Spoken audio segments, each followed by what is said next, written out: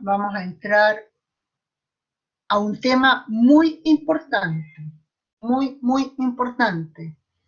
Si no entienden algo, por favor, pregunten inmediatamente porque es fundamental para fisiología, fisiopatología, para todo, ¿ya? Que es la comunicación celular. Ya vimos un ejemplo claro de comunicación celular en la comunicación entre el espermio y el ovocito, ¿ya? Vemos cuán importante es que las células tengan receptores específicos para que pueda haber una buena comunicación.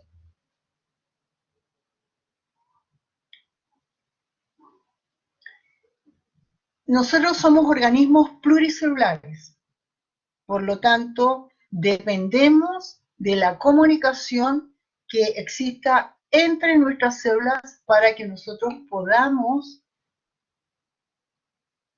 sí estoy grabando, sí, para que nosotros podamos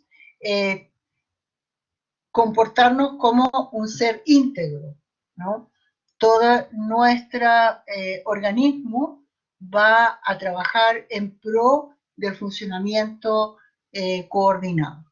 Entonces, para eso es necesario que las células tengan sistemas de comunicación.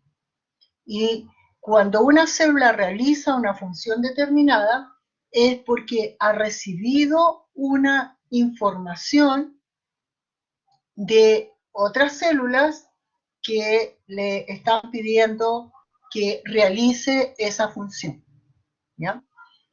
Entonces, por ejemplo, aquí esta célula está indicando a otra que tiene que hacer mitosis. Esta célula está indicando a otra para que produzca las hormonas necesarias para que le puedan aportar glucosa, y así sucesivamente. Entonces, aquí nosotros tenemos que las células tienen señales de sobrevivencia. Si una célula no recibe las señales de sobrevivencia, entonces la célula va a entrar a apoptosis. Las células reciben señales para dividirse, para entrar en mitosis. Las células van a tener señales para diferenciarse, ¿no? Cuando la célula no es capaz de responder a las señales o no recibe estas señales, entonces la célula entra a apoptosis. En la comunicación celular, nosotros tenemos dos grandes fases. La fase intercelular, que es la fase en que las células se interrelacionan, ¿ya? ¿Y de qué forma se interrelacionan? La célula que va a mandar el mensaje va a elaborar este mensaje que va a ser, y esta molécula va a ser recibida por la célula específica que tiene el receptor específico para ese mensaje. Esa célula específica recibe el nombre de célula blanco o célula diana, ¿ya? Y posteriormente, la fase intracelular van a ser todos los procesos y las acciones moleculares implicadas en la producción de la respuesta de la célula blanco a la señal que ha recibido de la célula efectora. Entonces, aquí tenemos una membrana donde hay receptores, y estos receptores, de acuerdo a la señal que reciban, que van a ser específicos, ellos van a realizar una función. En este caso, este receptor es un canal iónico. Por lo tanto, cuando recibe la señal, se va a abrir para que funcione. En este otro caso, es una proteína transmembrana que va a estar, normalmente están asociados a otras proteínas que están en el interior de la célula, y cuando contacta con la señal, genera un cambio conformacional en ella que va a activar a otras moléculas al interior de la célula.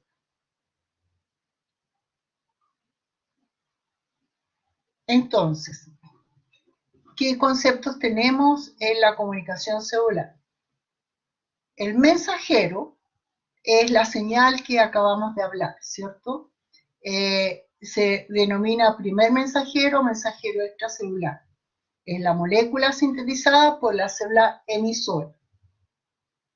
El receptor es la molécula específica para recibir el primer mensajero.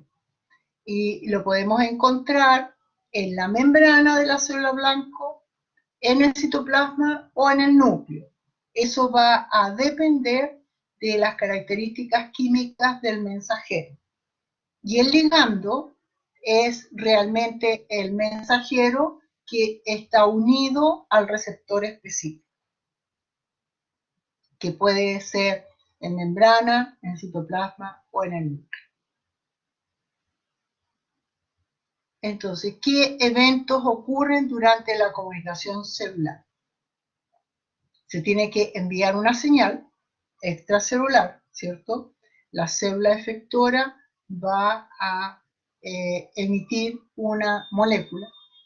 Tiene que haber la recepción de la señal en la célula blanco, que está mediada por un receptor específico, y después viene una cosa muy importante que ustedes tienen que manejar, que es la transducción de la señal. Cuando nosotros hablamos de transducción, no de traducción, transducción, estamos hablando de la conversión de una señal extracelular en una señal intracelular. Esa es la transducción, ¿ya? Y una vez que ha ocurrido la transducción, entonces hay una serie de fenómenos internos en la célula blanco que le va a permitir que la célula dé una respuesta en función a la señal que recibió. Y posteriormente esta señal debe ser eliminada para interrumpir el proceso, o el proceso no puede ser eterno. Entonces, ¿en qué consiste la transducción? Aquí vemos un teléfono, ¿ya? El teléfono, ¿qué es lo que hace? El teléfono recibe, ¿no?, una señal eléctrica y la transforma en una señal sonora, ¿ya? Esa es una transducción. Lo mismo ocurre aquí en la célula.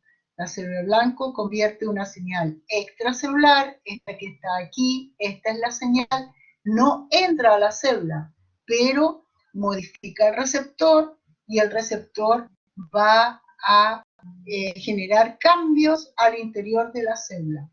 Y entonces esos cambios es la transducción de la señal.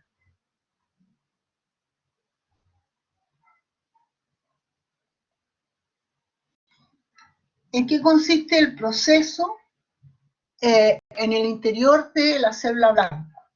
Bueno, la célula va a recibir la señal en su receptor específico y en la parte interior de la célula van a activarse determinadas moléculas que finalmente van a activar a las proteínas efectoras. Entonces, ¿qué respuestas puede dar una célula en la comunicación celular? Bueno, puede haber modificaciones en el metabolismo, puede haber activación de determinados genes, puede también haber cambios en la forma celular o movimientos celulares, ¿ya? Esas son algunas de las funciones que puede realizar la célula blanca. Hay muchas más, por supuesto, ¿ya? Entonces, vamos a hablar del proceso de comunicación celular cuando la célula tiene su receptor en membrana. Todos los receptores de membrana van a recibir la señal, pero esa señal no entra a la célula nunca. Lo que hace es sufrir una modificación que hace que se activen determinadas moléculas para que se pueda dar la respuesta. Entonces, tenemos la célula emisora que envía la señal, el receptor específico que se va a modificar. Se modifica por acción de la señal y entonces va a activar a una molécula que recibe el nombre de modulador porque es la molécula que va a servir de conexión entre el receptor y el transductor. Y el transductor va a ser una enzima que va a permitir la formación de segundos mensajeros. ¿Y por qué hablamos de segundos mensajeros? Porque se van a sintetizar moléculas que tienen receptores específicos dentro de la célula. Y los segundos mensajeros van a realizar un proceso de amplificación de la señal que consiste en que se van a activar muchas moléculas a la vez para que posteriormente estas moléculas puedan activar a los efectores. Y los efectores pueden ser una proteína, por ejemplo, que esté en la membrana y cambie su permeabilidad, una enzima que puede afectar alguna vía metabólica o algún factor de transcripción que pueda modificar, ¿cierto?, la acción de un gen. Entonces, el proceso de amplificación que les mencionaba es esto. Tenemos una molécula y varias moléculas a la vez se van a activar gracias a la amplificación. Entonces, en este caso, tenemos, este es el receptor, el modulador, el transductor, y este es segundo mensajero. Entonces se forman varios segundos mensajeros que van a actuar sobre determinadas moléculas para que ellas puedan actuar sobre las moléculas efectoras. Vamos a ver un ejemplo concreto. ¿Qué ocurre cuando nosotros nos asustamos?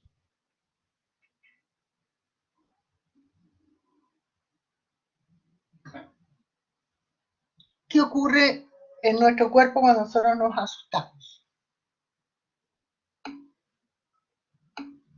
Ya. Tenemos una serie de manifestaciones fisiológicas debido a que ¿quién es responsable de que se acelere el corazón, que sudemos? ¿Quién es responsable? Ya, ese estímulo que es captado por quién.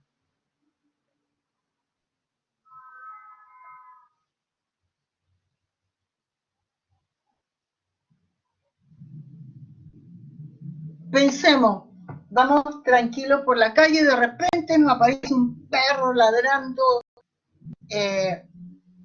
muy fuerte y nos asustamos. ¿Ya?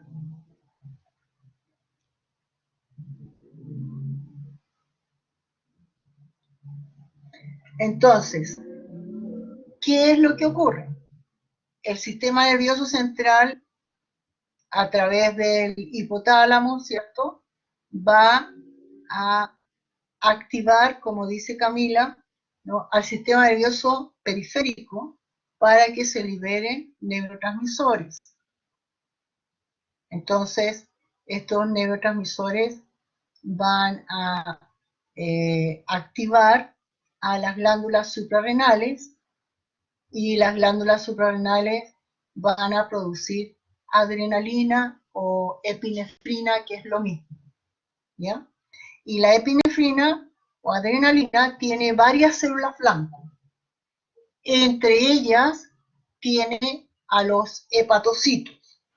los hepatocitos son las células que forman el hígado, ¿cierto?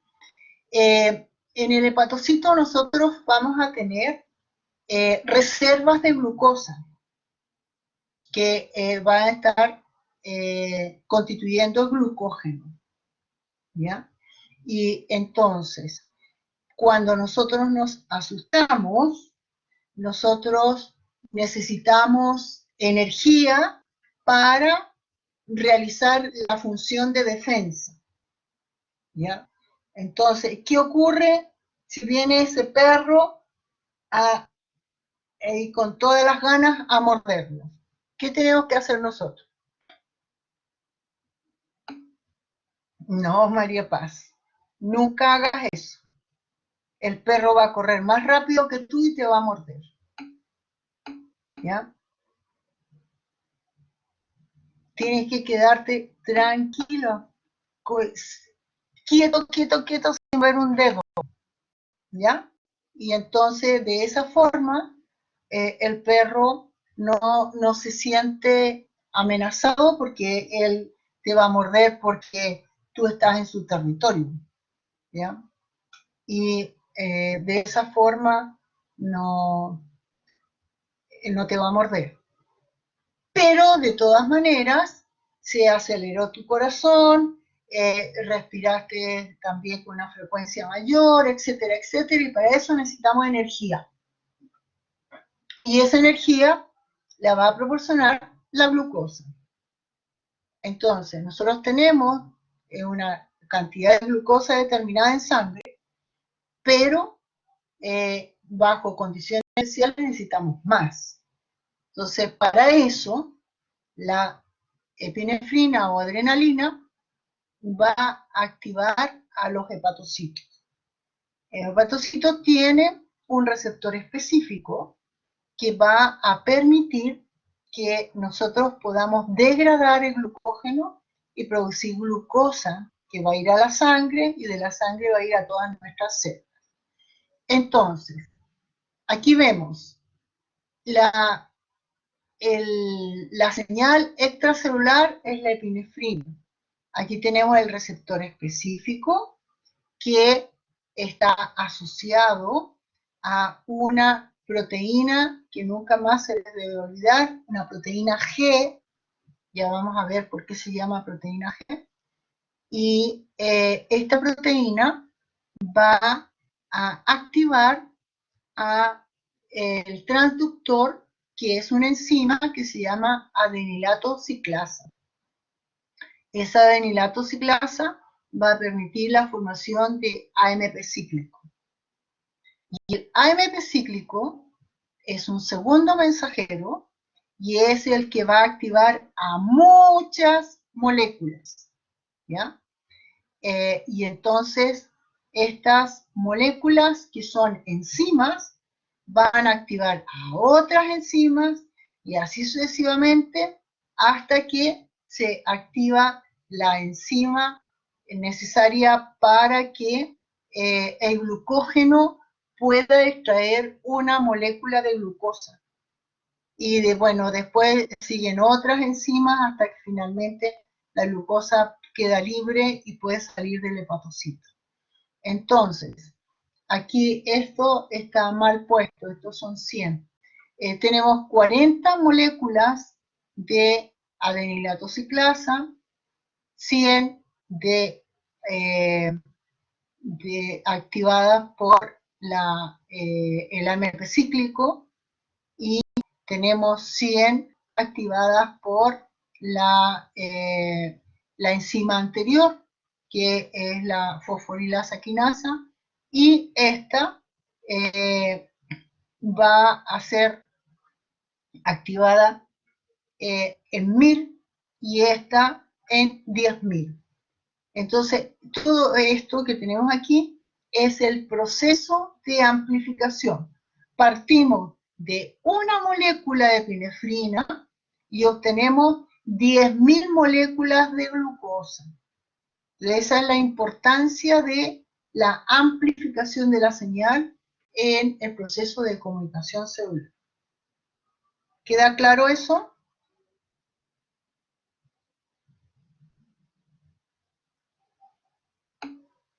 Ya, bien, muy bien. Entonces, bueno, aquí tenemos lo mismo. La señal extracelular, el receptor, y aquí ocurre la transducción primaria, en el sentido de que el receptor, al contactar con la señal, cambia conformacionalmente. Y entonces eso hace que las moléculas internas realicen todo el proceso que acabamos de ver y finalmente se formen los segundos mensajeros para amplificar la señal. Y entonces eso va a permitir que se puedan integrar diferentes funciones en la célula y se pueda distribuir también el mandato a diferentes moléculas efectoras para realizar diferentes funciones. Entonces, ¿qué tipo de comunicación celular existe? Vamos a hablar de los 4 tipos principales. Uno es por contacto, dependiente de contacto. Entonces, la célula blanco va a tener un receptor específico para una molécula que forma parte de la membrana de la célula emisora. Entonces ellas tienen que estar en contacto para que haya comunicación celular. Ejemplo, lo tenemos en los glóbulos blancos T killer. Como su nombre lo dice, ellos son linfocitos que matan. Todas las células tienen receptores de muerte celular, porque nosotros tenemos que tener receptores para todo, para poder trabajar en forma integrada. Entonces, cuando una célula está, por ejemplo, muy afectada porque han entrado muchas bacterias a su interior o virus, entonces los linfocitos T killer van a acoplarse a esta célula y la van a inducir a apoptosis. Entonces, ese es contacto dependiente. Tenemos la otra condición, que es la condición paracrina. ¿Qué significa eso? Que hay una célula emisora que va a emitir su mensaje a células vecinas, a varias células vecinas. Entonces, se hace en el radio de acción que tenga la célula emisora. Tenemos también la comunicación sináptica, que es propia de las neuronas, ¿cierto? Entonces la neurona va a liberar neurotransmisores al espacio sináptico para que contacten con los receptores específicos de la neurona postsináptica o de una fibra muscular o de una glándula. ¿Ya? La sinapsis puede ocurrir entre neuronas y entre efectores del sistema nervioso. Y tenemos la endocrina, en que las células emisoras están muy lejos de las células blanco y utilizan la sangre para llevar su mensaje. Entonces tenemos aquí la célula, el mensaje va por el torrente sanguíneo y solamente van a responder aquellas células que tienen receptores específicos. Si no hay células con receptores específicos, no hay respuesta. ¿Quedan claras las 4 tipos de comunicación? Los 4 tipos. Ya. Dime, Constanza.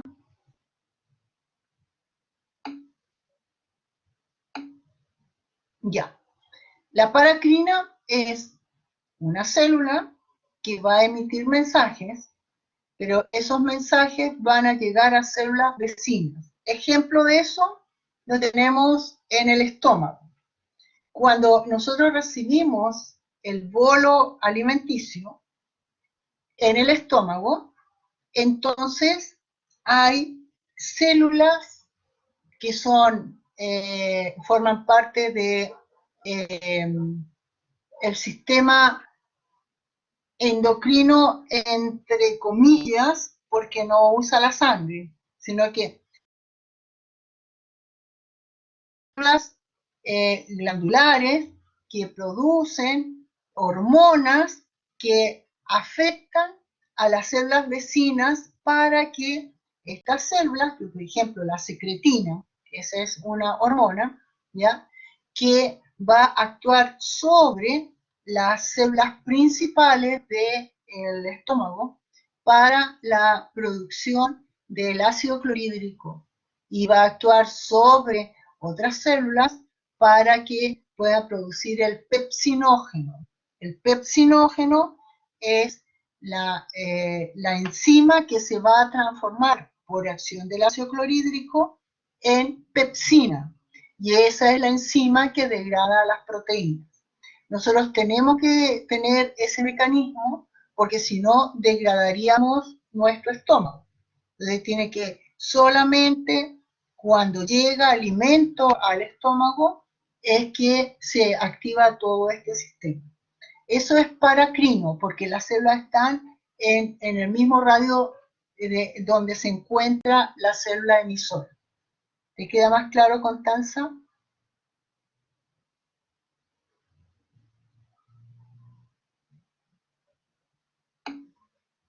Ya.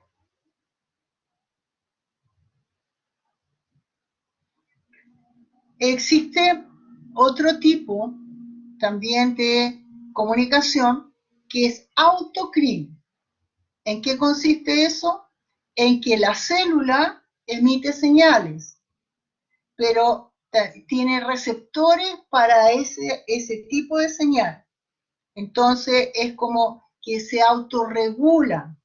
Y ejemplo tenemos las neuronas, algunas neuronas presinápticas tienen receptores para sus neurotransmisores. Entonces cuando ya ha ocurrido la sinapsis, entonces va a incorporar a los neurotransmisores a sus receptores específicos y le da la señal para que no siga produciendo neurotransmisores. ¿Ya? Entonces eso es autocrino. Aquí tenemos la paracrina, aquí la dependiente de contacto, y tenemos otra condición especial que es aquellas células que forman epitelios, por ejemplo, tienen canales proteicos que van a comunicar una célula con la otra.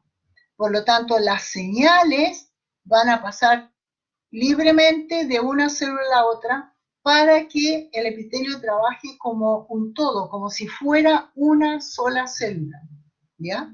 Entonces eso se hace a través de uniones gap.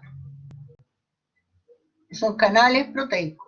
Lo mismo ocurre en la comunicación entre las células musculares. Las células musculares van a tener uniones gap. Así el músculo trabaja, todas las fibras musculares trabajan a la vez, porque si no, se produciría una fibrilación, ¿no?, en que una parte del músculo estaría contraído, otro relajado y así sucesivamente, ¿ya? Entonces, uniones de hendidura o uniones gap, ¿ya? Entonces, tipos de comunicación paracrina. La señal actúa sobre células vecinas. Endocrina. La señal viaja por el torrente sanguíneo y alcanza células lejanas. Autocrina. La señal llega a la misma célula de la cual salió. Yuxtacrina. La señal se difunde desde las células emisoras a las receptoras por medio de uniones celulares, que es la que acabamos de ver, las uniones GAP. Neurotransmisión. La señal es liberada por la célula emisora al espacio sináptico, donde es captada por la célula receptora. Por contacto directo, la señal permanece anclada a la membrana de la célula emisora mientras interactúa con la célula receptora. Ya, esos son los tipos de comunicación. ¿Alguna duda respecto a esto?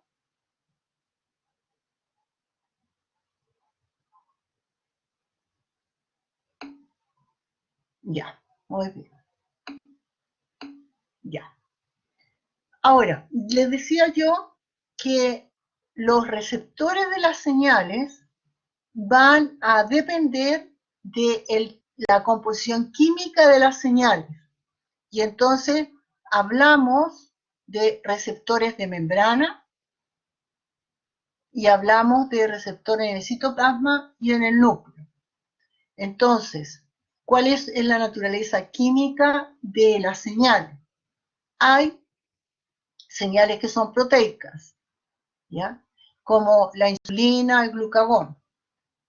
Aquí la diferencia entre proteicas y péptidos es que estas son proteínas muy chiquititas, ¿ya?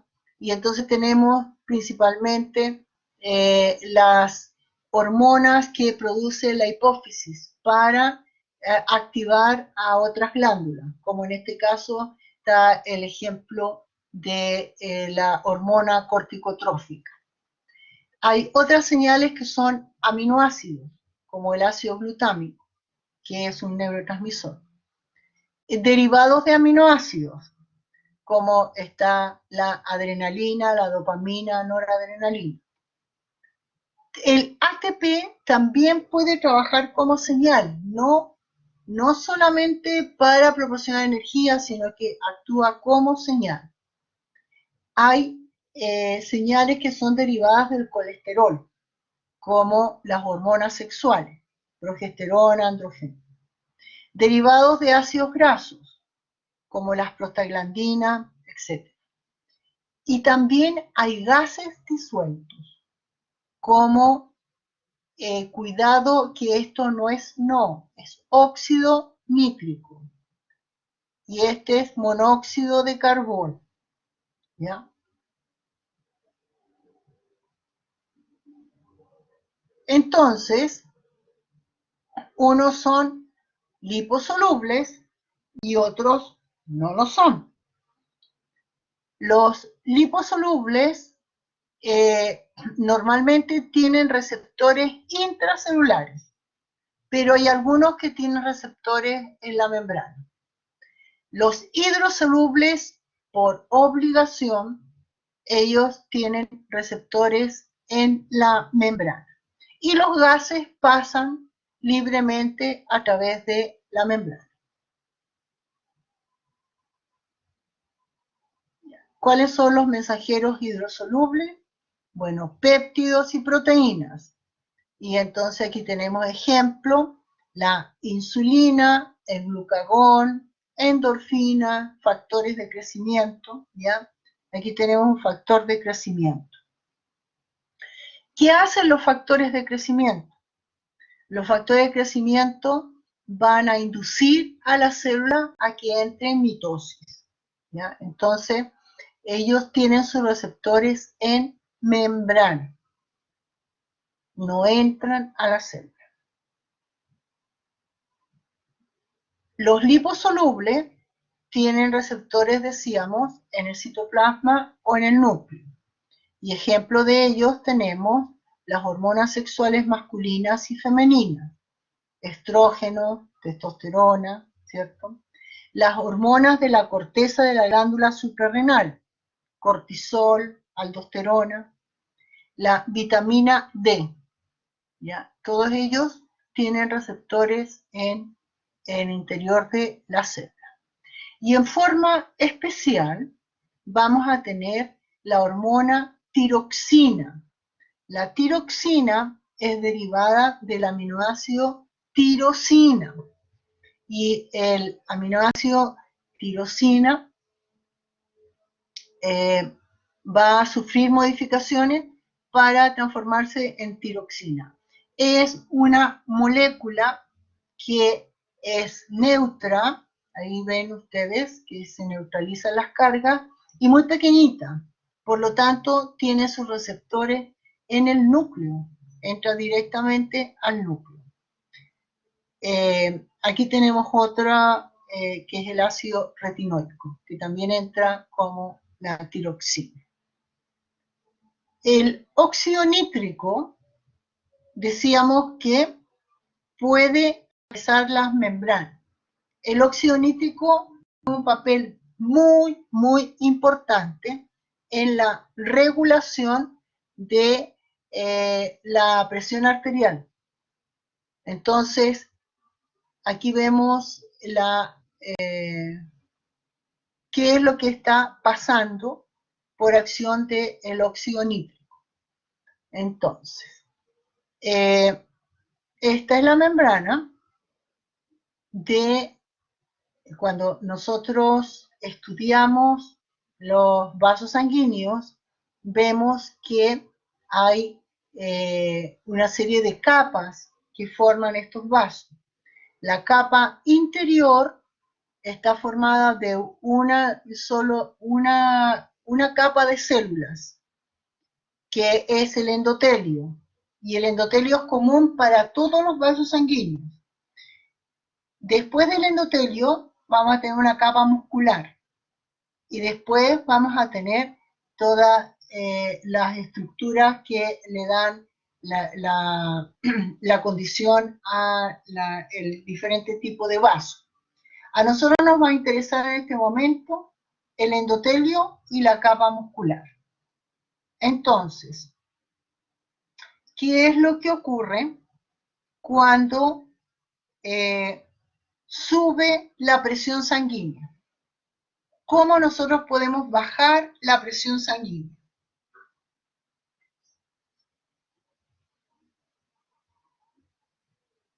¿De qué forma es posible bajar la presión sanguínea?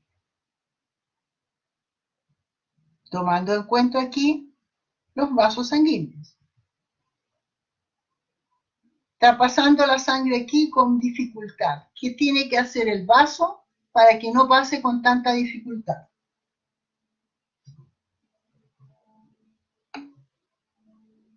Muy bien, bien Constanza, muy bien, muy bien. Eso, las dos Constanzas, sí. Entonces, sí, Celina, se tiene que aumentar el lumen del vaso. Para aumentar el lumen del vaso, entonces se tiene que relajar la musculatura lisa del vaso. ¿Ya? Y entonces tenemos más lumen. ¿Cómo ocurre eso? Bueno, el endotelio va a recibir la acetilcolina, ¿ya? Entonces, la acetilcolina tiene receptores específicos en la membrana, ¿ya? Y lo que hace es que va a activar toda una serie de fenómenos al interior de la célula que van a inducir a que se libere calcio por el retículo endoplásmico liso. Se libera calcio y se activa una enzima que sintetiza óxido nítrico. Ese no es óxido nítrico. El óxido nítrico va a atravesar la membrana y va a pasar a las células musculares. Y las células musculares van a recibir este óxido nítrico que va a permitir que el GTP que se encuentra en estas células pueda liberar energía para que ocurra el proceso de relajación muscular. ¿Ya? Entonces, ahí vemos cómo ocurre el proceso para que se pueda restablecer la circulación en forma adecuada, que no haya tanta presión sanguínea. Esto es lo mismo. Entonces, ¿qué es lo que va a hacer el óxido nítrico? Relajación de los vasos sanguíneos, regulación de la exocitosis de los neurotransmisores y respuesta celular del sistema inmune, que también va a estar trabajando en esta situación. Y el monóxido de carbono, nosotros sabemos que es un gas que es tóxico. Nosotros morimos por acción del monóxido de carbono, pero nosotros liberamos monóxido de carbono en nuestros procesos químicos, ¿ya? Por eso hablamos de el monóxido de carbono endógeno, ¿ya? Y ¿qué es lo que hace? Actúa como neurotransmisor, antiinflamatorio, vasodilatador y induce al crecimiento de los vasos sanguíneos del sistema nervioso, ¿ya? Una de las dificultades que tenemos en nuestro cuerpo es que el monóxido de carbono tiene mayor afinidad con la hemoglobina que cualquier otro compuesto, ¿ya? Entonces, nosotros tenemos que tener una concentración determinada de monóxido de carbono en nuestro organismo para que sea fisiológicamente activo. Si no, vamos a morir, ¿ya? Entonces, si nosotros tenemos una mayor cantidad, hay neurodegeneración, hipertensión, fallo cardíaco, inflamación y bueno, y la competencia que hay entre el oxígeno y el monóxido de carbono, gana el monóxido de carbono. Ya. Entonces, cuando nosotros estudiamos los procesos de comunicación celular, vemos que hay procesos que son rápidos y procesos que son lentos. Para la célula, un proceso rápido va a hacer que se demore menos de un segundo, hasta minutos. Y un proceso lento va a ser de minutos a horas, ¿no? Entonces, ¿de qué va a depender eso? Cuando nosotros vemos que la señal es recibida en receptores de membrana, vemos que inmediatamente cambia conformacionalmente la molécula, activa otras moléculas y la función. En cambio, vamos a tener otras vías en que se van a activar determinadas moléculas que finalmente activan a factores de transcripción, y estos factores de transcripción van a dar origen al RNA mensajero y que se tiene que sintetizar la molécula que va a participar en el proceso metabólico para recién realizar la función, ¿ya? Entonces, si pasa por un proceso de síntesis de proteína, eso va a ser una respuesta lenta. Ahora, otra de las características de la comunicación celular, importantísimo. La respuesta que dé una célula blanco no depende de la señal, depende de la característica propia de la célula blanco. Y aquí vemos una situación que es contraria. Tenemos las células musculares esqueléticas. Bajo la acción de la acetilcolina va a generar una contracción muscular. Sus receptores son nicotínicos. ¿Qué significa eso? Bueno, estos receptores fueron estudiados a través del ácido nicotínico. Y entonces a todos ellos que responden al ácido nicotínico se llaman receptores nicotínicos. Y en este otro caso, los muscarínicos a la muscarina. ¿Y qué es lo que vemos? En la célula muscular cardíaca tiene su receptor específico y su respuesta es relajación. ¿Ya? Es una respuesta contraria. Entonces, la respuesta de la célula blanco depende de la célula blanco. Si nosotros activamos las células de las glándulas salivales con acetilcolina, ¿podrán tener relajación o contracción?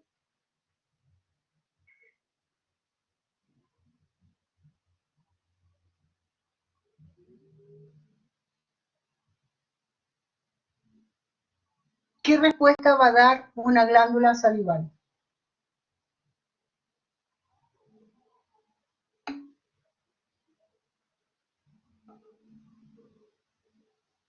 ¿Y de qué nos sirve que la glándula se relaje?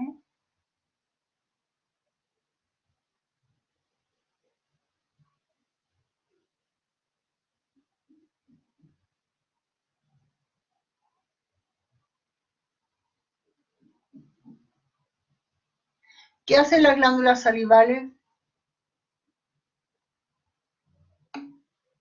Secretan saliva. Entonces, ¿cuál va a ser la respuesta? Secreción. Ni relajación ni contracción. ¿Ya? Entonces, quiero que eso quede en sus mentes. ¿Ya? Que la respuesta no depende de la señal, sino que depende de la característica de la célula blanco. ¿Ya? Vamos a ver las características de los receptores. Son específicos, tienen afinidad, se saturan y compiten. ¿En qué consiste la especificidad? Bueno, es la capacidad del receptor de unirse a una señal concreta. Y entonces aquí vemos, ¿no?, que tenemos tres tipos de células y aquí está el mensaje. Y solamente la célula A es la que puede responder a ese mensaje porque tiene el receptor específico para ese mensaje. ¿Ya? Entonces está determinado por la forma estructural que tiene, ¿ya? Y diferentes células pueden tener el mismo tipo de receptor, pero dar respuestas diferentes, ¿ya? El receptor actúa como mecanismo de activación. La respuesta final depende del tipo de célula en que se halle, muy importante. La afinidad. La afinidad, así como veíamos las enzimas, cuánta afinidad tenía con su sustrato, lo mismo. La intensidad, ya bien Constanza.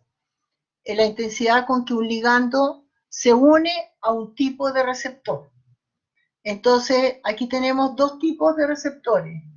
Los receptores de adrenalina, receptor adrenérgico, alfa y beta.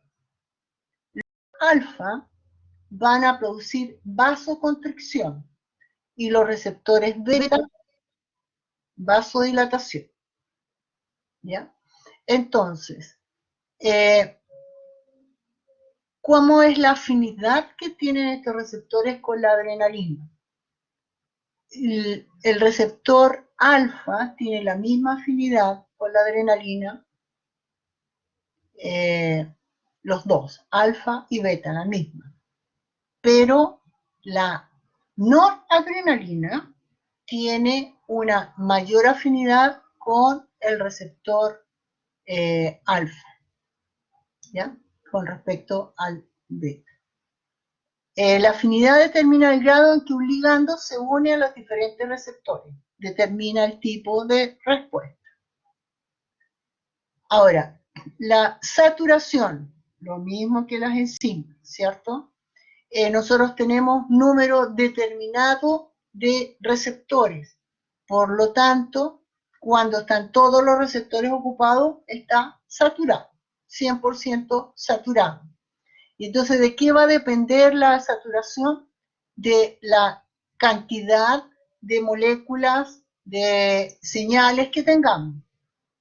Entonces, a mayor concentración, mayor ocupación de los receptores. Y la afinidad, a mayor afinidad, más fuerte es la unión con el receptor y más difícilmente se podrá ocupar nuevamente el receptor. Entonces, la saturación determina la magnitud del efecto producido por el ligando. Y la competencia. Entonces, aquí es muy importante la competencia, sobre todo en la industria farmacológica, ¿ya?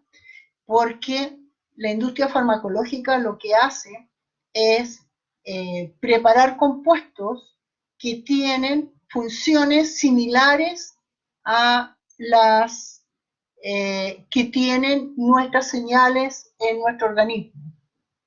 O también funciones contrarias a las que tienen nuestras señales en el organismo. Entonces, cuando se genera un medicamento que va a tener una función similar a la de una señal del organismo, esas van a ser medicamentos agonistas. Ellos van a emular el efecto de la sustancia que nosotros producimos. Y antagonista, que impide el efecto de la sustancia endógena. ¿Ya? Entonces, por ejemplo, cuando se tiene presión alta, entonces se le da un medicamento para que pueda mantener la presión adecuada, ¿cierto? Entonces, ese medicamento va a actuar como si fuera un vasodilatador, ¿cierto? Que nosotros no producimos, o sea, sí producimos, pero no en ese momento esa persona no está produciendo de acuerdo a las condiciones de hipertensión que tenga en ese momento. Mimetizar significa que hace el trabajo similar.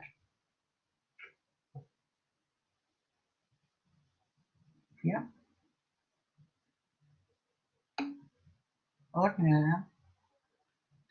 Entonces, volvemos a los tipos de receptores. Tenemos de membrana, del citoplasma y núcleo. Los de membrana son señales que son hidrofílicas, por lo tanto no pueden pasar la membrana. Y los intracelulares son señales hidrofóbicas, pueden pasar la membrana.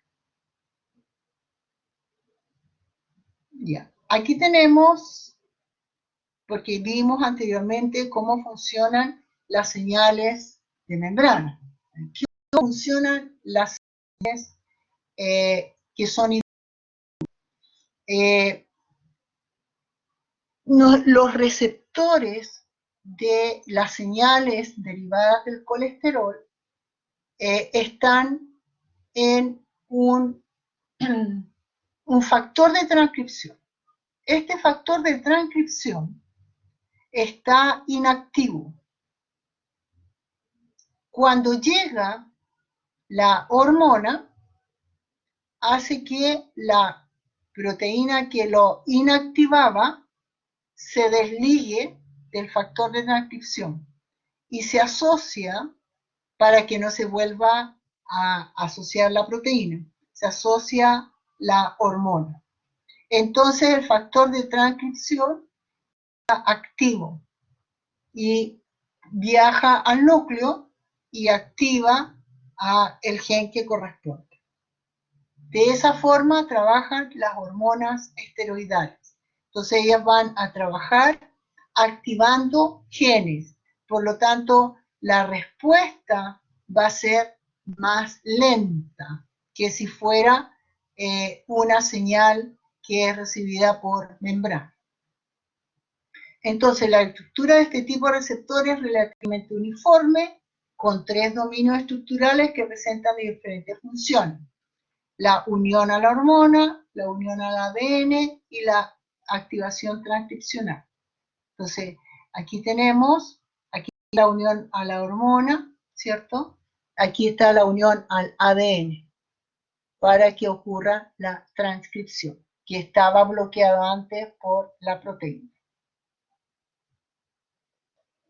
Entonces, ¿cuál va a ser la respuesta? Inducción directa de la transcripción de un pequeño número de genes específicos. Y se demora alrededor de 30 minutos. Entonces, eso es mucho tiempo para una célula. Aquí tenemos la respuesta de unión ligando con respecto a lo que acabamos de ver, y entonces vamos a tener dos condiciones. Una, respuesta primaria temprana a la hormona esteroidea. Entonces se forman estas proteínas, ¿cierto? Y estas proteínas van a actuar posteriormente a la respuesta secundaria retardada a la hormona, y entonces se tienen que formar estas proteínas. Después que se forman, entran al núcleo. Y después que entran al núcleo, entonces realizan su función. ¿Ya? Entonces es un proceso lento. Bueno, esto es lo mismo. Aquí vemos la señal. Este es el factor de transcripción que está inhibido. Ahora está activo y ahora entró al núcleo y está activando a un gen. Entonces, los tipos de receptores, según su actividad bioquímica, vamos a tener los que se unen al DNA y regulan genes, que son hormonas esteroideas, la hormona tiroidea, los retinoides, y los otros son receptores de membrana. Uno que permiten o impide el paso de iones, o sea, van a ser canales iónicos que van a ser receptores, ¿ya? Y otros que están, se activan a proteína G, que es la que le dije yo que no se deben olvidar. Entonces son receptores acoplados a proteína G. En membrana están. Y otros que activan a proteínas quinasas. Entonces, hay unos que tienen actividad enzimática propia, intrínseca, y otras es que activan a determinadas enzimas, que es lo que vemos aquí. Entonces tenemos los receptores de membrana.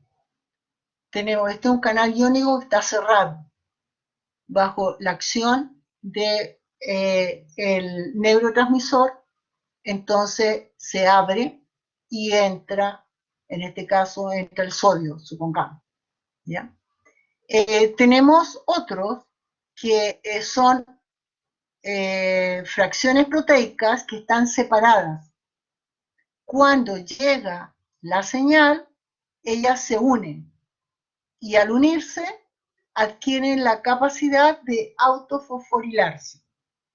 Entonces son de actividad enzimática intrínseca.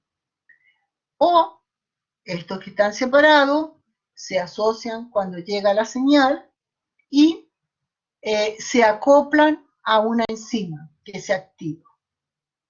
Esas son más el otro que habíamos hablado, que es un receptor acoplado a proteína G. Entonces aquí está el receptor y el receptor recibe la señal, entonces la proteína G se acopla a el receptor y se activa.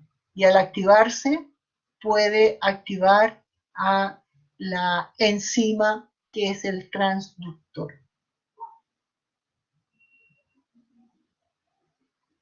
Esto es lo mismo. Aquí tenemos el receptor, la proteína G y el transductor. Entonces, ¿por qué se llama proteína G? Porque está asociado al nucleótido de guanina. Entonces, cuando la proteína G no está activa, entonces la unidad alfa de la proteína G está asociada a un GDP. Cuando la proteína G está activa, entonces es porque se acopló al receptor y vino un transportador de nucleótidos y reemplazó el GDP por GTP de la unidad alfa. Y la unidad alfa se separa de las dos unidades que tiene y activa al transductor, que es una enzima, que va a formar los segundos mensajeros. Entonces aquí tenemos el receptor, la proteína G inactiva, la enzima inactiva. ¿Cuáles son las proteínas transductoras y ¿Cuáles son las proteínas transductoras que son moduladas por la proteína G? Son la adenilato ciclasa, que forma AMP cíclico, y la fosfolipasa C, que forma el IP3, inositol trifosfato y calcio. ¿Ya? Esos son los transductores. Los transductores tienen como finalidad formar segundos mensajeros. Los segundos mensajeros tienen como finalidad amplificar la señal. Entonces, aquí vemos el ejemplo de la activación de la proteína G. Aquí está todo inactivo, llegó el ligando, entonces se activó la proteína G y ella separa sus unidades y la subunidad alfa se acopla con el transductor y una vez que le ha entregado el grupo fosfato al transductor para detener energía, entonces queda con GDP y eso hace que se vuelva a asociar a sus subunidades y queda inactivo. Y aquí tenemos el ejemplo de la adenilato ciclasa. Entonces, vemos que aquí está todo inactivo, aquí,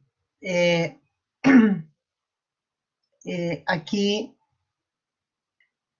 se acopló el receptor con el ligando y eso hizo que se activara la proteína G separando la unidad alfa. Acá vemos que está activando la adenilato ciclasa. Una vez que activó la adenilato ciclasa, se va a reconstituir nuevamente.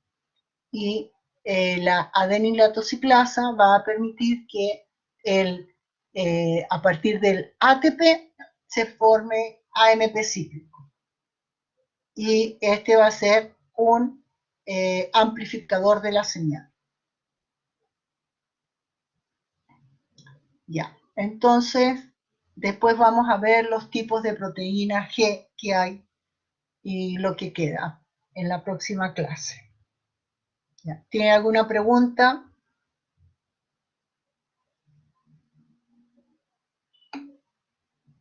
Ya. Tienen que revisar muy bien esto, muy bien, es muy importante, la comunicación celular es muy importante. Sí. Entonces, revisen bien esto. Si tienen duda, la próxima clase me preguntan o me mandan un mail, está lo mismo. ¿Ya? Ya. Entonces quedamos hasta aquí y nos vemos en el taller. ¿Ya? Que estén muy bien, nos vemos.